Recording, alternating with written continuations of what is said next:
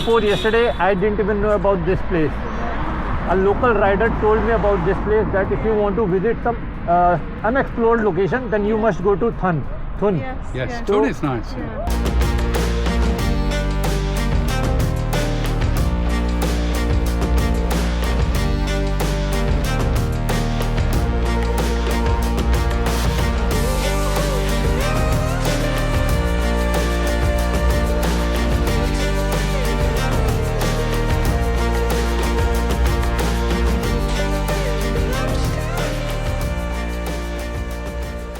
तो अभी जो आपने रूम देखा ना, तो ये कल अपना रूम था और कल रात को मैंने इसी रूम में स्टे किया था। सबसे पहले मैं बता दूं कि मैं हूं इस समय स्विट्ज़रलैंड में एक बहुत खूबसूरत जगह है जिसका नाम है बीटनबर्ग। सच बताऊं तो ये जगह हमारी आइटनरी में नहीं था। हमारी आइटनरी में इनफैक्ट जो हमने अभी लोकेशंस कवर करी है ना, ये सारी थी ही नहीं। हमारा सारा plan on the spot daily के बेसिस पे चेंज हो रहा है और एक्चुअली बताऊं तो मुझे बहुत अच्छा लग रहा है कि ये जो प्लान सारा हो रहा है ना, वो परफेक्ट हो रहा है जैसा भी होना चाहिए। अभी तक मैंने बहुत सारे अपार्टमेंट्स या एयरबीएनबी में स्टे किया है, बट इतना बोलूँगा by far the best apartment, इससे अच्छा अपार्टमेंट मैंने कभी भी स्टे नहीं किया है। इसके मतलब लुक की वजह से नहीं बोल रहा, जो सामने व्यू है ना, मैं उसकी वजह से भी बोल रहा हूँ। और इंटरेस्टिंग चीज़, सबसे इंटरेस्टिंग चीज़ ये छोड़ के एक और मैं आपको बताता हूँ। यहाँ के जो ओनर है ना, उनसे कल रात को बात हो रही थी मेरी, तो उन्होंने बताया कि वो 1994 में इंडिया से, कपल थे वो भी, तो इंडिया से यहाँ से उन्होंने अपनी ट्रैवल शुरू किया बाय कार और वो इंडिया तक आए थे। वो भी 1994 में, जब गूगल मैप्स कुछ भी नहीं होता था और अपना सिर्फ पेपर मैप होता था, उसी के बेसिस पे फॉलो करते करते वो लोग इंडिया में आ गए। तो आप ये देख सकते हो, यहाँ पर इंडिया की फ़ोटोज़ भी लगी हैं और नॉवेल्स भी पड़े हुए हैं। साथ में इन्होंने जो अपना फैसिलिटी है ना, किचन फैसिलिटी, भाई साहब ऐसी कोई चीज़ नहीं है जो यहाँ पर अवेलेबल ना हो। और इन्होंने हमें बोला कि यार आप हमारे गेस्ट हो, आपको जो चीज़ यूज़ करनी है आप यूज़ कर लो, कोई आपको मना नहीं है। देख रहे हो व्यू आप, पूरे वहाँ पर स्नो कवर्ड माउंटेन्स दिख रहे हैं। वहाँ पर एक बहुत ब्यूटीफुल सी लेक है और सारी तरफ ग्रीनरी है और इस विलेज का नाम है बीटनबर्ग। ये पूरा एरिया बीटनबर्ग है और यहाँ से 7-8 किलोमीटर नीचे इंटरलेकन पड़ता है, जो one of the most beautiful city है स्विट्ज़रलैंड की। और वो आपको ऊपर पहाड़ दिख रहे हैं, वो जो पीक्स दिख रही हैं वो एक्चुअली जंगफ्रो रीजन है और बेसिकली उसको बोलते हैं टॉप ऑफ यूरोप। आपने अगर स्विट्ज़रलैंड के वीडियोस देखे होंगे या फिर अगर आप कभी भी जंगफ्रो के बारे में सर्च करोगे ना, तो उसको बोलते हैं टॉप ऑफ यूरोप। तो वो वाला जो पॉइंट है वो है यूरोप का टॉप, और वहाँ तक जाने का रास्ता भी होता है। आप बाई ट्रेन, केबल कार लेके भी वहाँ तक जा सकते हैं, तो वो भी एक बहुत अल्टीमेट एक्सपीरियंस होता है। तो यहीं पर ही सुबह मैं आराम से रिलैक्स कर रहा था, अपना ब्रेकफास्ट किया, कुछ यहाँ की प्रॉपर्टी के ड्रोन शॉट्स लिए। इस समय लगभग दोपहर के 2 बज रहे हैं। बहुत ज़्यादा टायरिंग फील हो रहा था मुझे, तो सोचा कि यार आराम से अपना क्यों ना ट्रैवल किया जाए, क्योंकि अब हमारे पास खाली 3 से 4 दिन ही रह गए हैं स्विट्ज़रलैंड को देने के लिए। तो क्यों ऐसी जगहों को एक्सप्लोर करें जो बहुत ज़्यादा एक्सप्लोर्ड है। तो आज हमने डिसाइड किया कि यहाँ पर लगभग आधा पौना घंटे के डिस्टेंस पे एक बहुत ब्यूटीफुल सी लेक है, तो वहाँ पर चलते हैं, पूरा रूट कवर करते हैं, खुद भी देखता हूँ और अपने थ्रू आप लोगों को भी ये जगह दिखाने की कोशिश करता हूँ। बाकी आज राइडिंग गियर्स नहीं पहन रहा, नॉर्मल जैकेट पहनूंगा और इस ब्यूटीफुल से स्विट्ज़रलैंड को आपको दिखाने की कोशिश करता हूँ। चलो।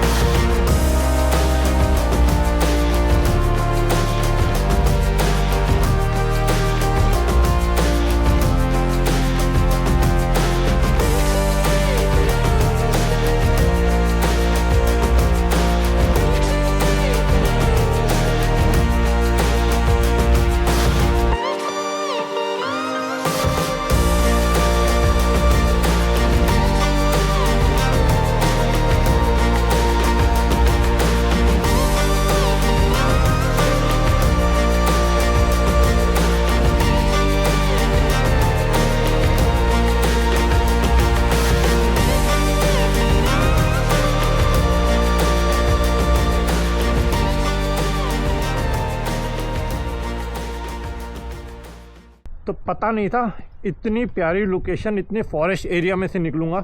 अभी जो है बाइक वहीं पर ही खड़ी कर दी है मैंने, और एक ना व्यू पॉइंट दिखा है मुझे, तो आपको एक बार वो व्यू पॉइंट दिखाता हूँ। बहुत अमेजिंग लग रहा है, ये देखो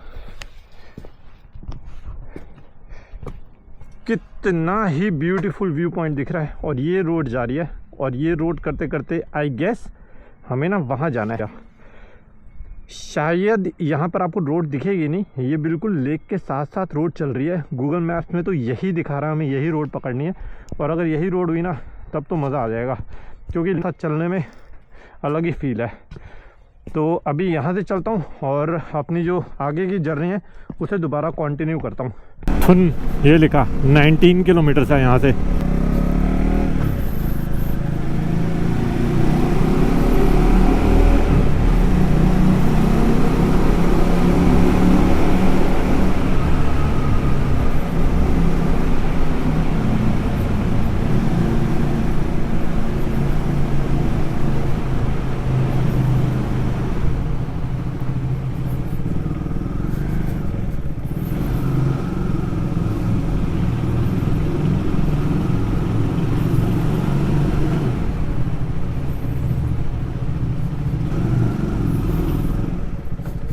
टनल से बाहर निकलते ही कुछ ऐसा व्यू है यार, बहुत सही।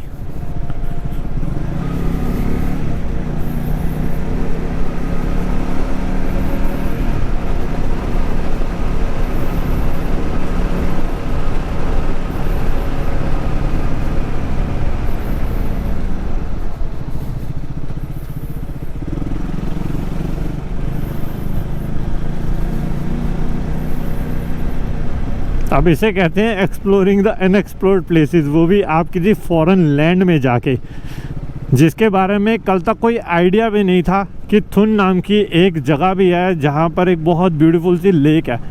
और बिल्कुल ये फॉरेस्ट एरिया, पूरा जंगल एरिया में से लेके जा रही है, आप देख रहे हो। और अपनी बाइक में इसीलिए मैंने अभी फुल पेट्रोल भरवा लिया था कि पता ना कि कहीं इधर उधर आगे पीछे हो गया तो हो गया कांड भाई।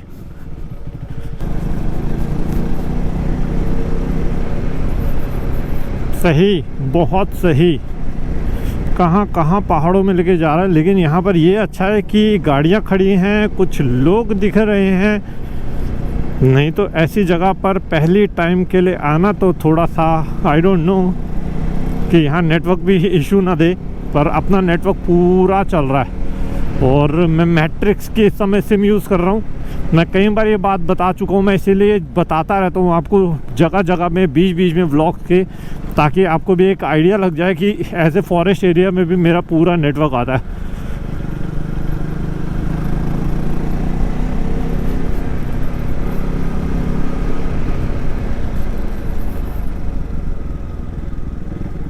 भाई शानदार।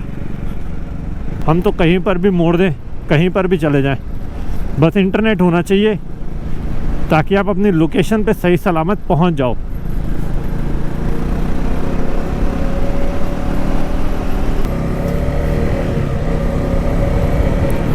और पता है मैं कैसे चला रहा हूँ यहाँ पर यार, मैं भूल जाता हूँ। ऐसे मैं कभी भूला नहीं हूँ आज तक। मतलब अपने इंडिया में जैसे चलाते हैं ना बिल्कुल लेफ़्ट साइड पे, मैं वैसे चलाने लग गया इन पहाड़ों को देखकर। क्योंकि इतने नैरो पहाड़ों में मैंने अभी तक यूरोप में बाइक नहीं चलाई है। मैंने चलाई है शायद लास्ट ईयर चलाई है, जब आई गेस मैं रोमानिया के रास्ते में था या फिर स्लोवेनिया के रास्ते में था, मुझे इतना याद नहीं है। पर इस साल मैंने इस वाली राइड पे मैंने नहीं चलाई है। और मुझे एक्चुअली ऐसा लग रहा था मैं कहीं इंडिया में चला रहा हूँ बाइक, इसीलिए लेफ़्ट साइड पे बिल्कुल चला रहा हूँ। लेकिन ये मुझे ऐसा लग रहा है कि वन वे टाइप रोड्स है, उधर से कोई भी नहीं आ रहा है।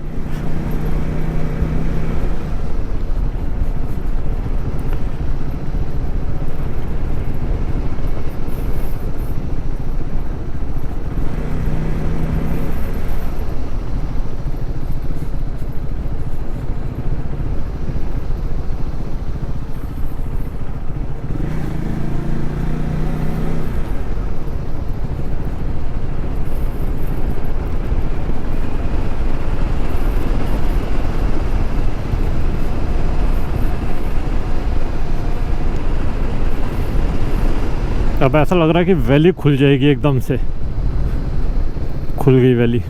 एकदम वैली खुल गई।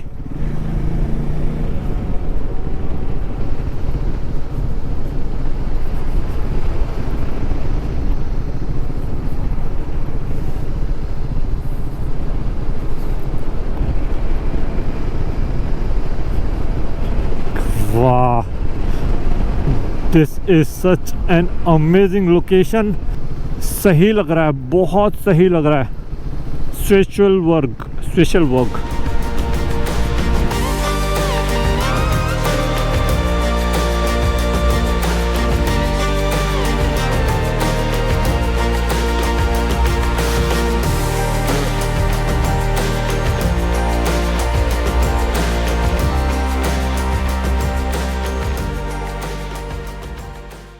ओ, बिल्कुल लेक के पास आ गया मैं तो, बिल्कुल लेक के पास।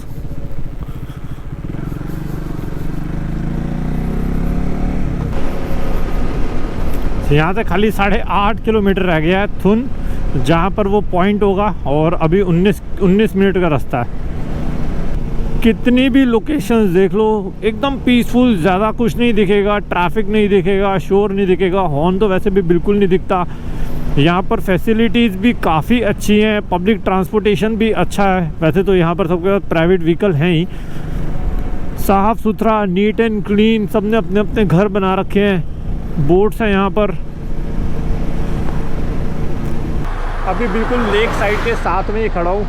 इतनी प्यारी लेक है ना, इतनी प्यारी लेक है कि मन ही नहीं कर रहा कि आगे बढ़ूँ। मन कर रहा है वहीं पर रुक जाऊँ, लेकिन प्रॉब्लम ये है कि यहाँ पर ना पार्किंग स्पेस नहीं होता, तो मैं ऐसे यहीं पर कहीं पर भी पार्क नहीं कर सकता। अभी एक तो रेड लाइट पे खड़ा हूँ, क्योंकि एक साइड का रास्ता भी बंद है, एक तरफ का खुला है, बस ऑलमोस्ट खुलने वाला है। लेकिन ये भाई साहब यहाँ पर चला रहे हैं ट्राई साइकिल, बहुत सही।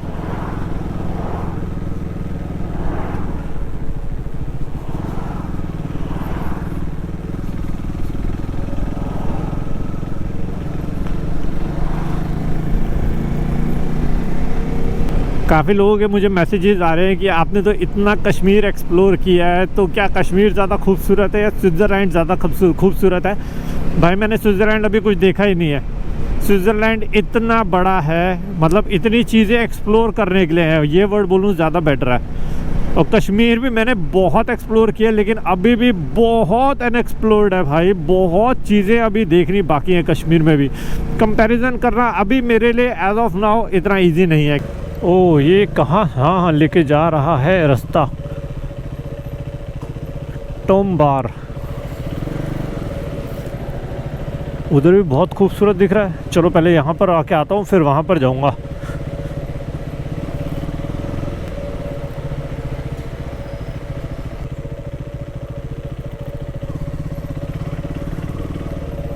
ओह, बहुत सही दिख रहा है यार।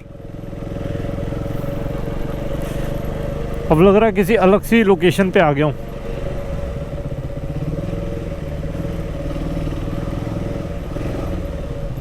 Bike allowed?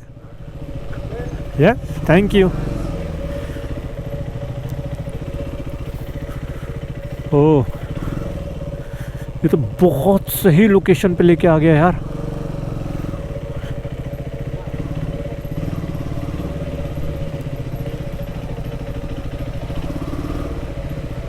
Excuse me, sir. Is motorcycles allowed? Sorry? Is motorcycles allowed? I don't think. Okay, where can I? Where is Thung?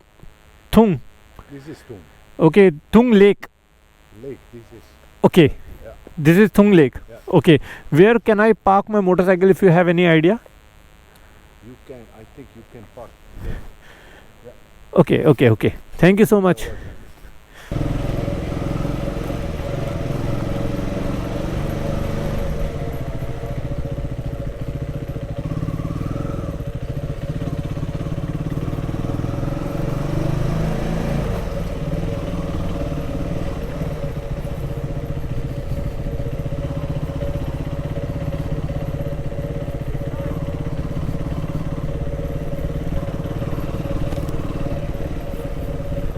हाँ, यही रीरूट कर दिया ना ऐसे गूगल ने मेरे को। फिश मैन, यहाँ पर ये क्रूज खड़ा हुआ है। Ultimate location. मुझे पता भी नहीं है कि मैं कहाँ पर हूँ, कहाँ मुझे जाना है। मैं तो थुन लेक के पास आया था और अभी कहाँ घूम रहा हूँ मुझे कोई आइडिया नहीं है। सामने जो पहाड़ों के व्यू दिख रहे हैं ना, नेक्स्ट लेवल व्यू दिख रहा है, next level view. Nice view man. यहाँ पर 2 मिनट के लिए रोकते हैं, 2 मिनट के लिए रोकते हैं यहाँ पर। हो, क्या ब्यूटीफुल लोकेशन है यार, कितना सही सीन है ना। कल से पहले मैंने थुन के बारे में ज़्यादा रिसर्च नहीं किया था, मुझे इस जगह के बारे में कोई बहुत ज़्यादा आइडिया नहीं था। ये तो मुझे कल एक बाइकर मिले लोकल, तो उन्होंने बोला कि यार आपको थुन जाना चाहिए, वो अच्छी जगह है। एक्चुअली जगह तो सुंदर है, लेकिन वो जो पूरा रूट उसने बताया था ना कि पूरा फॉरेस्ट एरिया में से निकलेगा, तो आप जंगल एरिया में से निकलोगे और आपको जिस हिसाब से एक्सप्लोर करना है, थोड़ा सा ऑफ बीट भी हो और बिल्कुल वैसा भी ना हो कि बिल्कुल ही आप ट्रेल्स पे जा रहे हो, तो आप थुन में ज़रूर जाना। और उसने बहुत सही रिकमेंड किया यार। एक्चुअली एक्सपेक्टेशन मेरी ये थी कि यहाँ पर मुझे देखने को मिलेगी एक बहुत ब्यूटीफुल सी लेक और चारों तरफ पहाड़ी पहाड़ देखने को मिलेंगे, पर ऐसा तो यहाँ ऐसा नहीं है क्योंकि ये एक प्रॉपर सिटी है। लेकिन सिटी होने के बावजूद भी यहाँ पर मुझे क्रूज़ दिख रहे हैं, मुझे बोट्स दिख रही हैं, मुझे यहाँ पर ट्रेन्स दिख रही हैं, ट्रेन के ट्रैक हैं यहाँ पर। यहीं पर ही पीछे चार्ली खड़ी है और ये है एक ब्यूटीफुल सी लेक। तो ये है कुछ अमेजिंग व्यू इस जगह का। बीच में भी मैं कहीं पर था, मैं तो सिटी के अंदर भी घुस गया था और सिटी के अंदर घुसते घुसते कुछ ऐसे एक्सप्लोर कर रहा हूँ। Sir I am from India. You're from India? Yes sir. Oh, I just had a curry this afternoon. Indian curry? I know you don't call it curry, but... नहीं, we call it curry. Oh, you do? Yeah. Ah. Yes sir. Switzerland is my 16th country. 16th. 16th. Well, welcome to number 16. Thank you so much sir. Day before yesterday I didn't even know about this place. A local rider told me about this place, that if you want to visit some unexplored location, then you must go to Thun. Yes, Thun is nice. Yeah. So where do you intend to go after? So these are the countries if you see. Yeah. Oh, Greece, Italy, Vatican City, Switzerland, Liechtenstein, Germany, yeah. Denmark, Sweden, no? ATM. Don't know it. No? No? Austrian brand. It's an Austrian brand. Yes, and this is made in India motorcycle. Really? Yes. Well, you learn something every day. Yeah, I mean, I know Kawasaki and Honda. No, KTM is a very big Suzuki brand. And KTM. Yeah. And this one is This is 390. 390. Yes, only 400cc motorcycle. Small. Yes. No wonder it looks tired. I'm not surprised. It's good. Well, you know, hats off to you. Thank you so much sir. Thank you. Yeah. आया uncle aunty से बात करके, तो ये अपना experience जो है ना भाई साहब, मैं क्या बताऊं, जो नेक्स्ट लेवल खुशी होती है ना जब ये लोग एक्चुअली बहुत बुरी तरह से ना शॉक हो जाते हैं, क्योंकि बहुत रेयर होता है इन लोगों को, मतलब क्योंकि यहाँ के बाइकर्स को तो देखते हैं कि ये ट्रैवल करते हैं, लेकिन इंडियन मोटरसाइकिलिस्ट को देखना, वो भी इंडियन नंबर प्लेट, तो वो जो चीज़ होती है ना बहुत यूनिक होती है। और ये चीज़ होती है सबसे ज़्यादा अटेंशन ग्रैब करती है। रुकने का कोई फ़ायदा दिख नहीं रहा है मुझे।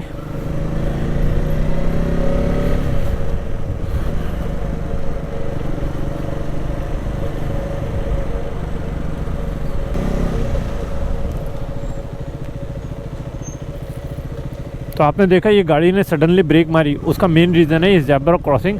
ये ज़ेब्रा क्रॉसिंग पे ये लेडी आ गई थी, और मैंने ये बात आपको कई बार पहले बताई है कि यहाँ पर पूरे यूरोप में पेडेस्ट्रियन फर्स्ट का रूल है। तो अगर किसी ने पहले पैर रख दिया ना इसके ऊपर, तो उस बंदे को चाहे वो 100 की स्पीड पे आ रहा होता उसको रुकना पड़ता, पेडेस्ट्रियन नहीं रुकेगा। और अगर गलती से भी पेडेस्ट्रियन को चोट लग गई तो भाई ये बंदा ख़त्म है, इसकी लाइफ, इसके ऊपर बहुत मोटा फटका लगेगा। ओहो, ये तो सुंदर लेक व्यू है।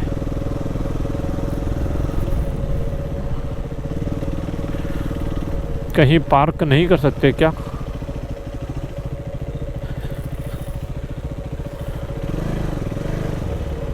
हेलमेट नहीं उतार सकता, और आप देख रहे हो हेलमेट में ही बात कर रहा हूँ, क्योंकि ऐसे ना रोड पे बाइक लगाना अलाउड नहीं होता। आप ट्रैफिक देख लो, लेकिन एक ये छोटा सा बे एरिया मुझे दिखा है, और बाइक की चाबी ले लेता हूँ। पर ना मुझे ना एक बहुत ब्यूटीफुल ना पीछे लेक दिख रही है, यहाँ पर लेक दिख रही है, तो फटाफट एक बार लेक को देख के आता हूँ। और फिर निकल जाएंगे, क्योंकि कॉर्नर पे खड़ी है, कोई कुछ नहीं बोलेगा। तो ये कुछ अमेजिंग सी ब्यूटीफुल सी लेक है। आई विश यार मैं यहाँ पर अपनी मोटरसाइकिल ना पार्क कर सकता, मतलब नीचे लेके आ पाता, तो ये जो व्यू होता ना, यहीं पर ही मोटरसाइकिल खड़ी करके कितना शानदार और कितना बढ़िया लगता।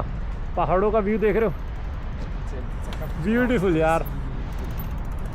और यहाँ पर तो अच्छे खासे एज तो मैटर ही नहीं करती, चाहे आप 5 साल के हो, चाहे यहाँ पर आप 80 इयर्स के हो, 90 इयर्स के हो, हर कोई बंदा साइकिलिंग कर रहा है, हर बंदा यहाँ पर वॉकिंग कर रहा है।